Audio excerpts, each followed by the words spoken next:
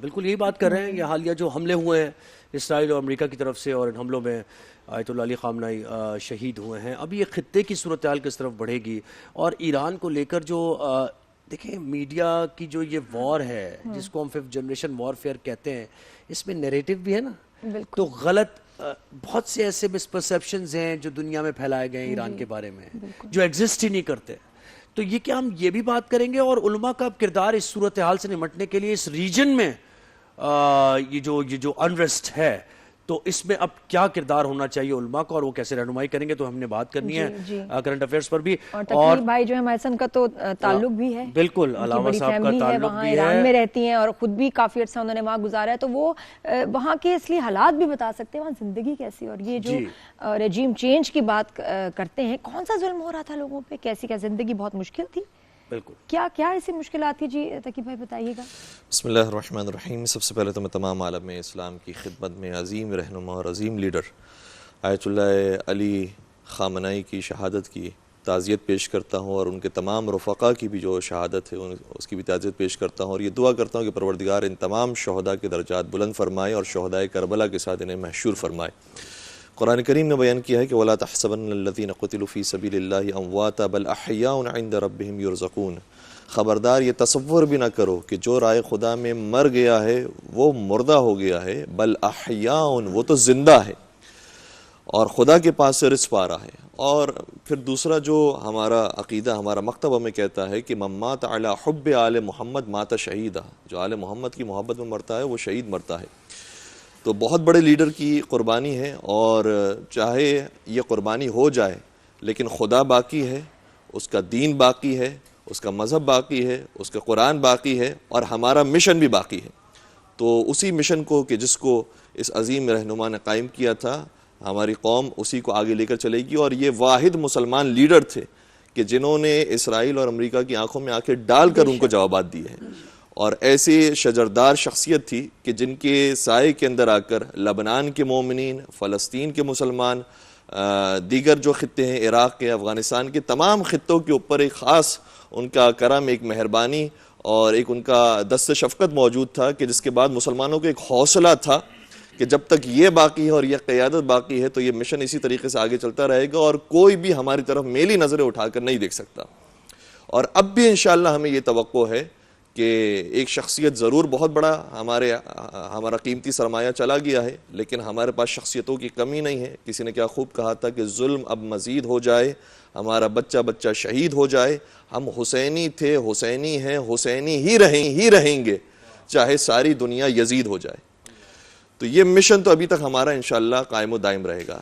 اور جہاں تک آپ کا سوال تھا کہ اس عظیم لیڈر نے کیا کارنامے انجام دیے، سب سے پہلی بات یہ کہ میں یہ عرض کر، آپ نے جو سیاست بھی فرمائی تھی وہ اسلامی اصولوں کے مطابق سیاست تھی، کہ جس میں جب مذاکرات ہو رہے ہوں تو کسی کو بھی جنگ کرنے کی اجازت نہیں ہے. لیکن افسوس کے ساتھ کہنا پڑتا ہے کہ جو ہیومن رائٹس کے چرچے کرتے ہیں انہوں نے پہلے بھی مذاکرات کے دوران جنگ کو آغاز کیا تھا، اور پھر دوبارہ سے مذاکرات ہو رہے تھے جنیوا کے اندر کہ جس میں انہوں نے جنگ کو شروع کیا ہے.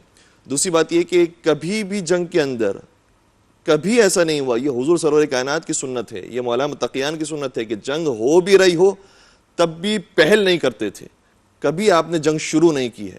یہ یاد رکھیے گا کہ ایران نے کبھی بھی جنگ کو شروع نہیں کیا ہے. اگر جنگ کو شروع کیا ہے تو ہر بار اسرائیل نے شروع کیا ہے، اور ہر بار اسرائیل کے الائز نے شروع کیا ہے. کبھی بھی مسلمانوں کے طریقے نہیں رہا کہ وہ جنگ کا آغاز کریں. ہم سلو پسند لوگ ہیں، ہم انصاف پسند لوگ ہیں، کبھی بھی ہم نے کام نہیں کیا. اور دوسری بات یہ کہ جہاں آپ ہیومن رائٹس کے ساتھ ساتھ ایک ویومن رائٹس کا بھی چرچا کرتے ہیں، تو آپ نے اس بار جو دھماکہ کیا ہے وہ لڑکیوں کی اسکول میں کیا ہے. نہ صرف یہ کہ خواتین بلکہ بچیاں جو تعلیم حاصل کر رہی تھی اور کوئی نقصان نہیں پہنچا رہی تھی، بچیاں تھی، کم عمر تھی، ان کے اسکول پر ایسا دھماکہ ہوا ہے کہ جس میں ابھی تک کی اطلاعات کے مطابق 100 شہادتیں تقریباً ہو چکی ہیں. تو یہ ہے آپ کی ہیومن رائٹس کا چرچا، اور یہ ہے آپ کی وومن رائٹس کا چرچا.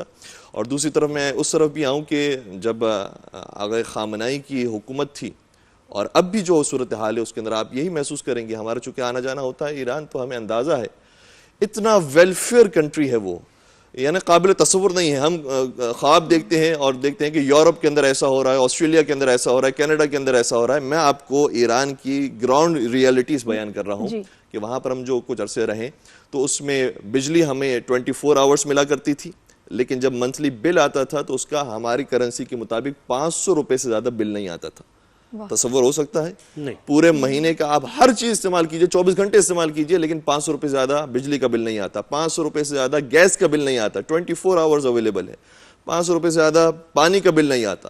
امن و امان کی ایسی صورتحال کے جو باہر سے آنے والے زائرین تھے وہ بتاتے ہیں کہ بھائی ہمیں تو پیرس میں بھی ایسا امن و امان نہیں لگتا کہ جیسے تہران اور قم کی گلیوں میں لگتا ہے. تو وہ سیکیورٹی کی لیول، اور ہم نے خود دیکھا اپنی آنکھوں سے کہ وہاں کی جو خواتین ہیں رات میں کبھی وہ ٹرین میں سفر کر رہی ہیں، کبھی بسز میں سفر کر رہی ہیں، رات میں شاپنگ کر رہی ہیں، کوئی کبھی کسی نے کوئی تکلیف نہیں پہنچائی ہے. یہ ان کے امن و امان کی گراؤنڈ ریئلٹی سے کہ جو وہاں پر روٹی کا بھی موجود بتایا تھا. جی روٹی جو کام انسان جی جو غریب رہنا چاہتا ہے اس کو کیا چاہیے؟ ایک تو بجلی چاہیے، پانی چاہیے، گیس چاہیے، باقی کھانے کے لیے روٹی چاہیے. تو روٹی وہاں پر جو ملتی ہے، ہمارے یہاں پر جو روٹی ہے اس کی سائز سے ڈبل سائز ملا کرتی تھی، اور اس کو بھی اگر پاکستانی پیسوں میں کنورٹ کیا جائے تو وہ 5 روپے سے زیادہ کی نہیں. 5 روپے کی روٹی ملتی ہے، اور اتنی سہولیات موجود ہے. ہمارے جہاں پر ہم رہ رہے تھے وہاں کے قریب ایک پارک موجود تھا، اتنا بہترین اور خوبصورت پارک تھا. وہاں پر بچوں کو لے کر جائیں، فری آف کاسٹ ہے، وہاں پر جتنی دیر بیٹھنا ہے، اور اتنی خلوت وہاں پر موجود ہے کہ آدمی یہ محسوس کرتا ہے کہ جیسے وہ اپنے پارک کے اندر آیا ہوا ہے. یہ ہے ویلفیئر کنٹری کہ جس کا تصور، ایک امیج بنا دینا کہ ظلم ہو رہا ہے لوگوں. جی جو ہم اس کا جو نعرہ ایک بلند کرتے ہیں کہ مدینہ طیبہ اور دولت مدینہ کا، اس کا تھوڑا تھوڑا سا عکس ہمیں نظر آتا تھا ایران کے اندر. یہ اس کی میں گراؤنڈ ریئلٹیز ہیں جو آپ کی خدمت میں بیان کر رہا ہوں، اور اتنا امن و امان کی بات. بالکل صاحب، مفتی صاحب کو بھی شامل گفتگو کرتے ہیں. اور مفتی ابوذر غفاری، یعنی کیا اعلیٰ آپ نے شخصیت جو جن کو پیارے نبی جن سے محبت کرتے تھے ان کے نام پر آپ کا نام ہے. تو مفتی صاحب مجھے کہیے گا، آپ کی ہی گفتگو سے اخذ کیے 2-3 جملے علامہ صاحب نے جب ہم بریک پر بات کرتے، آپ نے کہا کہ ایک سایہ دار شجر تھے. تو وہیں سے ذرا آغاز کریں. آپ کا بھی ایران جانا آنا رہا، اور وہاں لوگ کیا کہتے ہیں ذرا فرمائیے. بسم اللہ الرحمن الرحیم، نحمدہ ونصلی ونسلم علی رسولہ الکریم، اما بعد، فاعوذ باللہ من الشیطان الرجیم، بسم اللہ الرحمن الرحیم. ولا تقولوا لمن يقتل في سبيل الله امواتا بل احیاء عند ربهم يرزقون. صدق اللہ العظیم. سب سے پہلے یہ جو عظیم سانحہ ارتحال ہوا، عظیم رہبر آیت اللہ علی خامنئی رحمہ اللہ، اللہ کریم ان کے درجات کو بلند فرمائے، اور ان کے متعلقین کو ہم سب اس میں شامل ہیں. اللہ تعالی ہمیں صبر کرنے کی توفیق نصیب فرمائے. اور ایک عظیم شجر سایہ دار تھے، عظیم رہبر تھے. میں تو سمجھتا ہوں کہ فلسطین کی توانا آواز تھے. فلسطین ایک توانا آواز سے آج محروم ہو گئی، اور جس طرح انہوں نے اسرائیل کی آنکھوں میں آنکھیں ڈال کر ظلم کا مقابلہ کیا، اور امریکہ کے خلاف انہوں نے جو عالم جہاد بلند کیا، میں سمجھتا ہوں عظیم کارنامہ سر انجام دیا. تھے تو بزرگ، لیکن ان کا عزم جوان تھا، ان کا ارادہ قوی تھا، مضبوط دل، مضبوط اعصاب اور مضبوط ارادوں کے مالک تھے. عظیم رہبر تھے، عظیم شخصیت تھے، کمال کے انقلابی لیڈر تھے. آج ہم ان کے متعلقین سے تعزیت بھی پیش کرتے ہیں، اور ان کے لیے ہم دعا گو ہیں. اللہ تعالی عظیم رہبر کو